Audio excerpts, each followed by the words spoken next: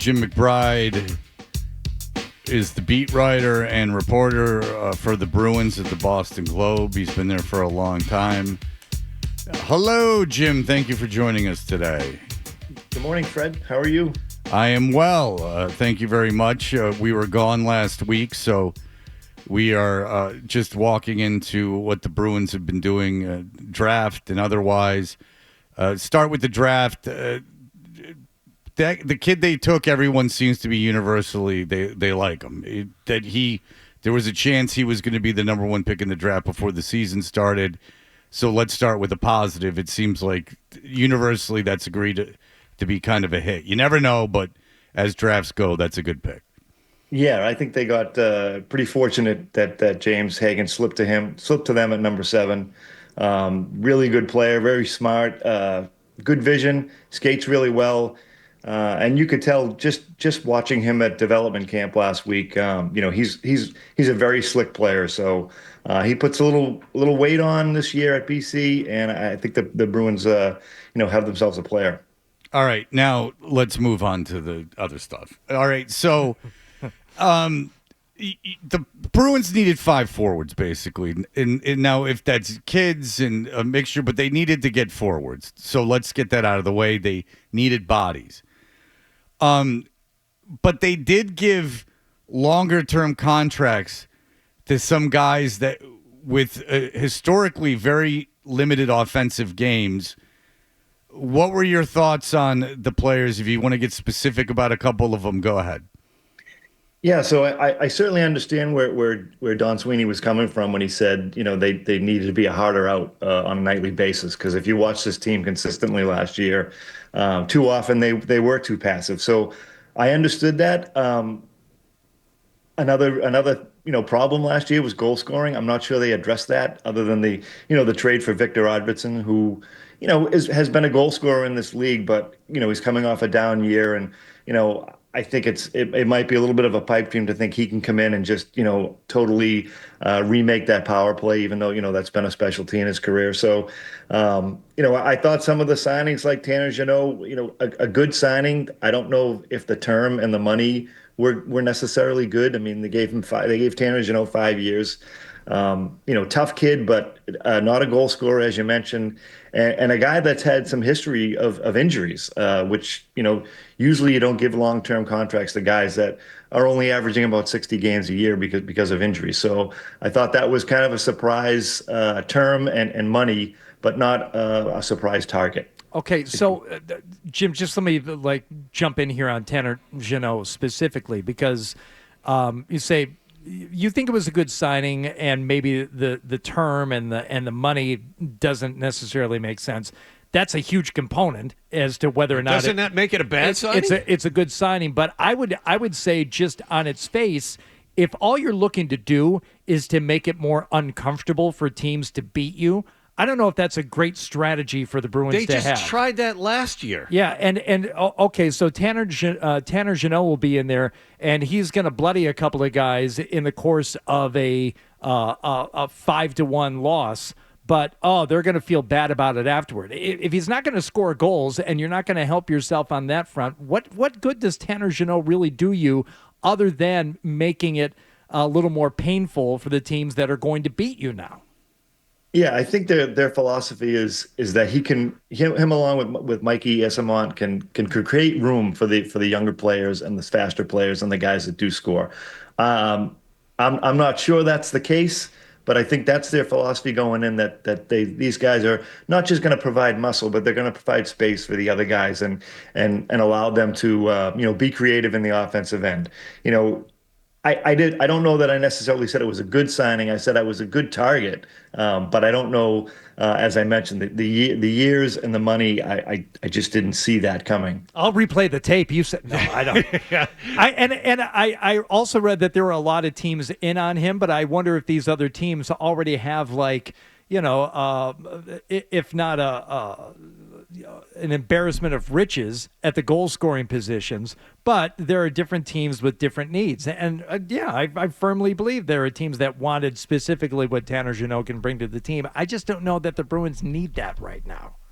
Yeah, and that certainly is what drove up his price, right? And in the term of his contract, that other teams were, pursuing him, but it just didn't seem like there was a ton of options out there either. I mean, the probably the biggest name was Mitch Marner, and he was taken off the market the day before when he was traded.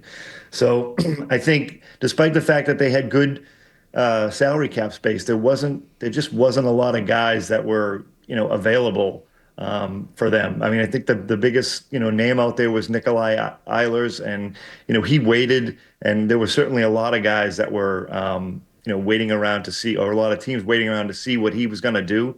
But I think if the Bruins felt like they couldn't sign him, they were going to be in a bunch of teams that were looking for guys like Tanner Jano, and maybe that drove up the price. Bruins added a lot of sandpaper to the bottom six, but I keep coming back to the offense, and you touched on it when you first came on.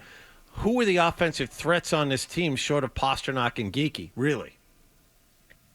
Yeah, there's not a lot to be honest with you, John. It's just I think they're hoping that maybe Matt Poitras, maybe Fraser Minton, some of these younger players can take a step up this camp and make an impact for them, and maybe even James Hagens at the end of the year if they're in a position to take him after the BC season ends, but. I know they've shied away from the word rebuild this year, but it does feel like that. I guess Victor Arvidsson. Maybe I mentioned him earlier. Maybe he has a bounce back year. He signed a 2-year deal with Edmonton. Didn't really work out for him in Edmonton, which was why he was available. And that took a chunk of the salary cap too, because that's $4 million. And we'll see if he can fit in. And I know he played in LA with Marco Sturm, and I'm sure Marco had some input on trading for him, and maybe that fresh start is what they need. But there seems to be more ifs than solid solutions right now heading into the summer. It's so, I don't know anything about drafting and developing NHL players. They seem like little kids when they get taken. Yeah. It seems like, but I'd have to imagine finding a kid with big offensive upside is entirely more difficult than just finding a big body. Like when you go out and you give long-term deals to big-bodied players, like specifically for the toughness of their game, how unique of a characteristic is that, and how difficult is that to find? Like, do you have to scoop these guys up in free agency because they're hard to acquire either anyway? Like, what? How rare a thing is that in the NHL? I think to consistently do it night in and night out, it's pretty rare. But that was one of the big concerns I had, was the fact that Tanner Jeannot's never played an 82 game season. And a lot of that's because of his physical style, right? He gets in the corners, he hits people, he gets hit, he takes that abuse, and that's going to lead to injuries. So, that was a big question mark, signing a guy to 5 years when I think I did the math. He averages like 59 games a year. So it is tough to be consistently tough like that, night in and night out. And to your point earlier about drafting and developing offensive scorers, it's hard to predict it, because so many of these kids light up juniors and have huge careers in college and at the minor league level, and it just doesn't translate to the NHL. And maybe they're hoping guys like Tanner Jeannot are the reason why some of these kids that put up huge numbers kind of fall flat at the NHL level. Okay, and when you look at this Bruins team next year, on paper, what are your expectations, and what's the window? I was thinking about it yesterday. Being in town, 2006 they sucked, and 2008 2007 2006 or 2007 they make some free agent signings. Then the kids start coming up that they drafted and developed. What's the timeline like for you? What do you think next year, and then moving forward, what's the timeline? Yeah, I think they'll struggle to make the playoffs this year. They have to hope that Elias Lindholm has a much better year. Certainly, he showed flashes at the end of last season, but nothing compared to what they were hoping for out of him. So I think they'll be struggling to make the playoffs. They'll be in that mid bunch in the East, hoping to grab a wild card spot. But and then I think it gets better because some of these younger players should be, should be ready to at least start contributing at that point. I think Fraser Minton, Hagens, Matt Poitras, who showed flashes last year, but was really one of those guys that couldn't find space at the NHL level, even though he was, had a very successful junior career. So I think it's going to be another struggle this year, but I think moving forward, better. Okay. All right. Well, Jim McBride, thank you for staying on top of these things. And when they do something else, if they do something else, we look forward to having you on. If not, we'll talk to you when the camp starts and everything else. Thank you so much for joining us. Okay, guys. Have a great summer. All right, Thanks, there you Jim. go. See you, Jim Jim. McBride from the Boston Globe. Jim McBride from the Boston Globe. I guess it seems like a good way to make money if you're just got to be 6'2", 220 and take some punishment. It seems like a pretty good exchange to make.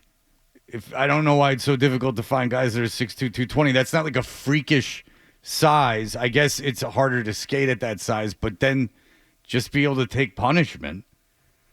I mean, there's guys that are terrible MMA fighters that do it for a lot less. Yeah, there's something else about his game that made him a target, and as Jim said, that drove up the price on him. So if you identify him as the guy, which still opening up space for the younger guys to be able to score, okay, it's a nice idea. I'd rather just look for guys that can score, and I understand the difficulty in that. But there had to have been a number of teams, like he said, that were after him, that drove the price up. And if you land on him, he's the guy you want, you ended up having to pay for him. It just doesn't seem like a way to win a bunch more games. All right. I don't see that coming to fruition. No. And Tanner Jano has a annoying mustache, too, which is going to have to be talked about. This whole mustache resurgence, I don't know if I can buy into it.